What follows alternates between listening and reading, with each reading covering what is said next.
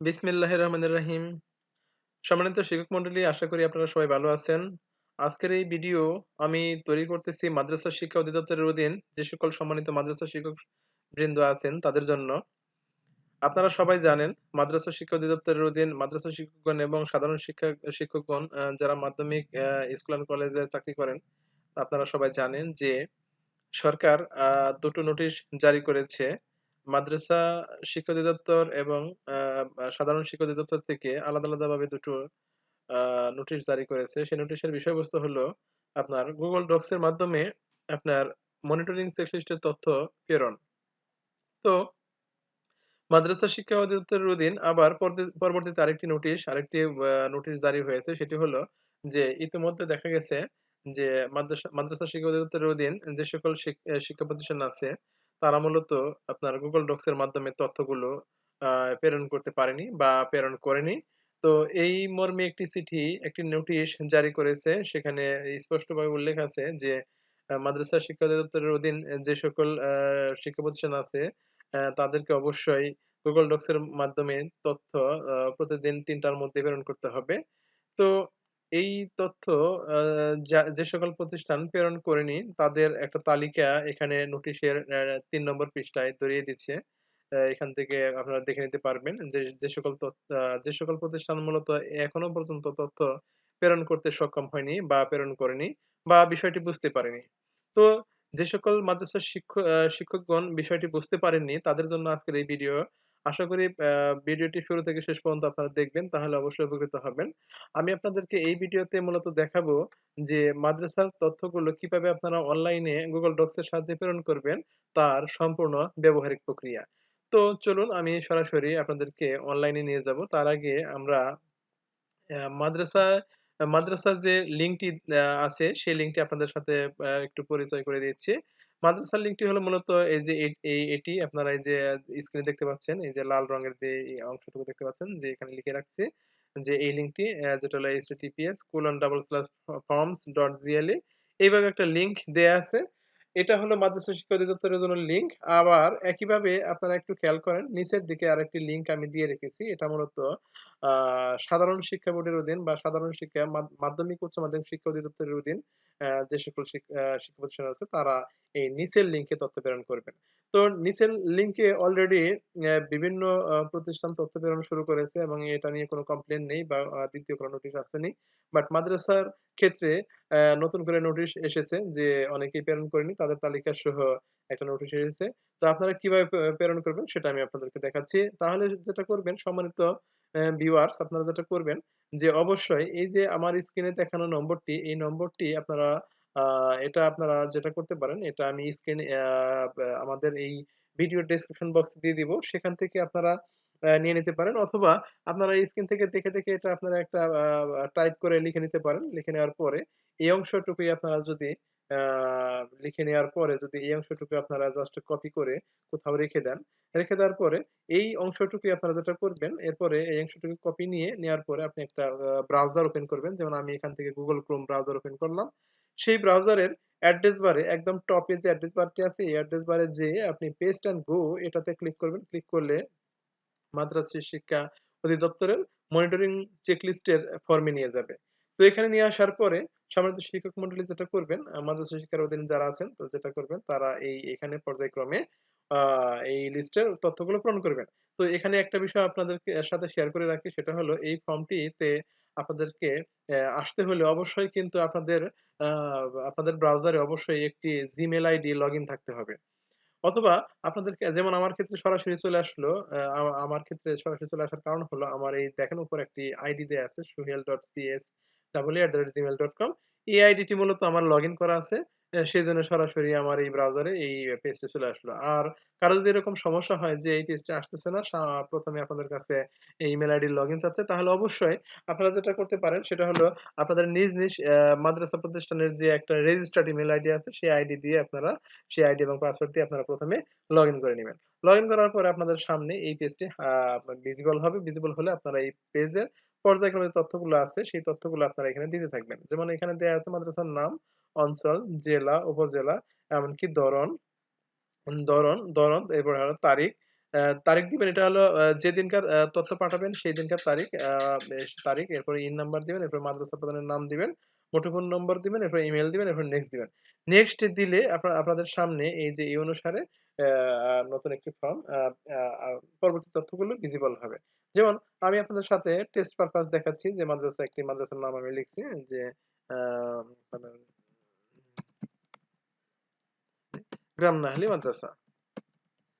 এরপরে আমি একটা অঞ্চল দিয়ে দিচ্ছি যে এখানে আ যেমন ময়মনসিংহের অধীন, ময়মনসিংহ দিয়ে দিলাম। এরপরে জেলা টাঙ্গাইল দিয়ে দিলাম। এরপরে আ উপজেলা বাসাইল দিয়ে দিলাম। এরপরে মাদ্রাসার ধরন দিয়ে দিলাম দাখিল। আপনি আপনাদের যে মাদ্রাসার ধরন সেটি এখান থেকে চয়েস করতে পারেন। একাধিক হলে একাধিক চয়েস করবেন। তো এখানে আমি দাখিল দিয়ে দিলাম। এরপরে তারিখ। যে তারিখে যেমন আমি যে আজকে প্রেরণ করি তাহলে আজকের তারিখটা আমরা দিব। আর এখানে একটা ফরম্যাট ফলো করবেন। একটা বিষয় ফলো করবেন যে ডেটের একটা ফরম্যাট আছে, নির্দিষ্ট ফরম্যাট। যেমন দেখেন ডিডি, ডিডি আপনি এখানে ৩ ভাগে বিভক্ত ডেটটি ডিডি, এমএম, ওয়াই। তো এখানে ডিডি হলো ডেট। ডেট আর এমএম হলো মান্থ। তো এইখানে ১ম এ আপনি ডিডি মানে ডেট দিবেন। ডেট যেমন আজকে হলো ২৬ তারিখ, ২৬ তারিখ আর মান্থ দিবেন। যেহেতু ২ ডিজিট দিতে হবে ০৯। এরপরে এখানে ৪ ডিজিট আছে। এখানে দিবেন আপনি আ ২০২১। দেওয়ার পরে পরবর্তী চলে যাবেন। এখানে যাওয়ার পরে আপনি ওই যে ইনআইডি টি আছে, ইনআইডি টি দিবেন। এখানে একটা ইনআইডি দিবেন। ১১ হুম। একটা এরপরে মাদ্রাসা প্রধানের নাম এখানে দিয়ে দিবেন। যেটাই হোক একটা মাদ্রাসা মানে ধরেন দিলাম হলো যে এরকম একটা নাম দিবেন। দেওয়ার পরে আপনি এখানে ফোন নাম্বার দিবেন। ফোন নাম্বার দিবেন। এরপরে আপনি আ এখানে ইমেইল আইডি দিবেন। ইমেইল আইডি দেওয়ার পরে আপনাদেরকে নিয়ে যাবে।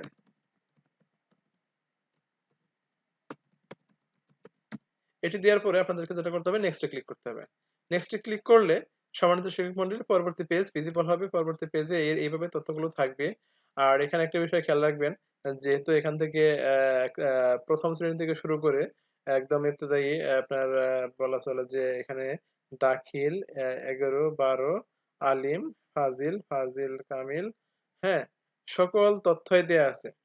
তো এই অংশে যেটা করবেন সম্মানিত শিক্ষক মন্ডলী, আপনারা এখানে একটা বিষয় লক্ষ্য রাখবেন, যে সকল তথ্য আপনাদের মানে নেই, মানে আপনাদের এইগুলো এই তথ্য যেমন এই শ্রেণীগুলো আপনাদের যদি বিদ্যালয়ে না থাকে সেক্ষেত্রে যেটা করবেন এই তথ্যগুলো কিন্তু একদম ফাঁকা রাখা যাবে না। সেক্ষেত্রে যেটা করবেন এখানে 0 দিয়ে পরবর্তী চলে যাবেন। আর এখানে একটা সহজ উপায় হলো আপনি 0 দেওয়ার পরে এখান থেকে এখানে আসার সময় আপনি ট্যাব চাপতে পারেন।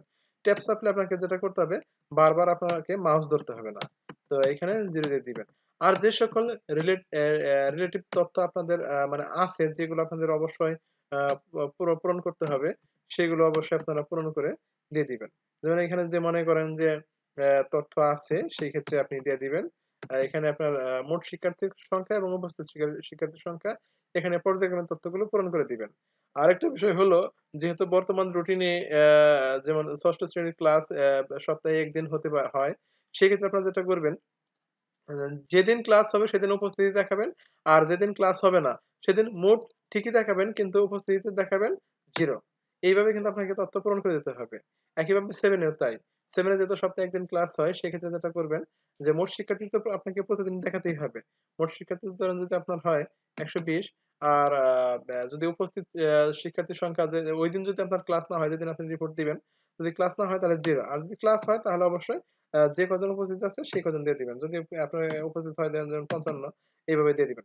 দেওয়ার পরে আর পরবর্তীগুলো এভাবে পর্যায়ক্রমে এই যে আগের নিয়মে পর্যায়ক্রমে লিখে যাবেন। লিখে যাওয়ার পরে এভাবে আপনি নেক্সট এ যাবেন। নেক্সট এ যাওয়ার পরে পরবর্তী তথ্যগুলো আপনারা পর্যায়ক্রমে ফিল আপ করে দিবেন। সম্মানিত শিক্ষক মন্ডলী, আপনারা বিষয়টি দেখলেন। আরেকটা বিষয় এখানে লক্ষ্য করেন যে আপনি মাদ্রাসা শিক্ষা অধিদপ্তরের মনিটরিং চেক লিস্টে ঢুকছেন কিনা নাকি মাধ্যমিক উচ্চ শিক্ষা অধিদপ্তরের চেক লিস্টে ঢুকছেন সেটা কিন্তু আপনি ক্লিয়ার হবেন না। একদম উপরে টপ লাইনে লেখা আছে যে মাদ্রাসা শিক্ষা অধিদপ্তর মনিটরিং চেক লিস্ট। এটা দেখে অবশ্যই সিউর হবেন যে হ্যাঁ, আপনি যে তথ্য প্রেরণ করতেছেন সেটা মাদ্রাসা শিক্ষা অধিদপ্তরের অধীন যে চেক লিস্টে আছে সেই চেক লিস্টে আপনি তথ্য প্রেরণ করতেছেন।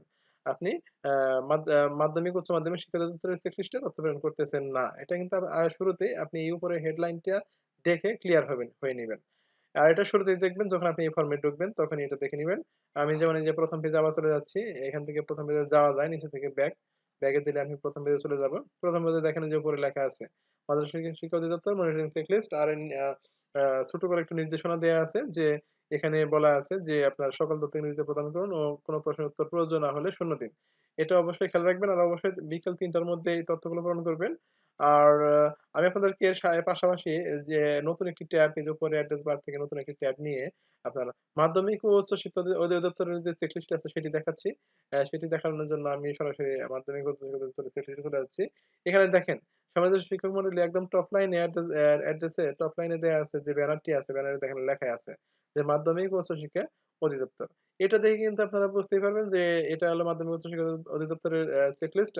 আপনি যদি মাদ্রাসার অধীনে হন তাহলে আপনি এই লিংকে কখনোই প্রেরণ করবেন না। আপনি প্রেরণ করবেন এই মাদ্রাসা শিক্ষা অধিদপ্তরের অধীনে যে লিংক, যে লিংকটি আমরা মূলত এই যে আমাদের আ এমএস ওয়ার্ড এর ডকুমেন্টস এ লিখে রাখছি যে দেখেন এখানে লেখা আছে যে এই লিংকটি হলো এই যে https://forms.jle এই লিংকটি হলো মাদ্রাসা শিক্ষা অধিদপ্তরের জন্য। আর নিচে এই যে লেখা আছে যে https://tinyurl.com/dsac-school-reopen এটা হলো মাধ্যমিক উচ্চ শিক্ষা অধিদপ্তরের মনিটরিং চেকলিস্টে ঢোকার অ্যাড্রেস। আর উপরেরটা হলো মাদ্রাসা শিক্ষা অধিদপ্তরের অধীনে ঢোকার চেকলিস্ট। হ্যাঁ, ওয়েব অ্যাড্রেস। তো আপনারা এখানে বিষয়টি খেয়াল রাখবেন যে যদি মাদ্রাসার হন অবশ্যই উপরেরটি এবং যদি মাধ্যমিক, উচ্চ মাধ্যমিকও হন তাহলে আপনি নিচের লিংকটি ব্যবহার করে আপনি আপনাদের ওয়েব ব্রাউজারে ঢুকে যাবেন। আর ওয়েব ব্রাউজার ঢুকলে অবশ্যই আপনারা এই উপরের যে হেডলাইন আছে এটা দেখে ক্লিয়ার হবেন যে আপনি আসলে সঠিক চেকলিস্টে ঢুকছেন কিনা। তো এই হলো বিষয়।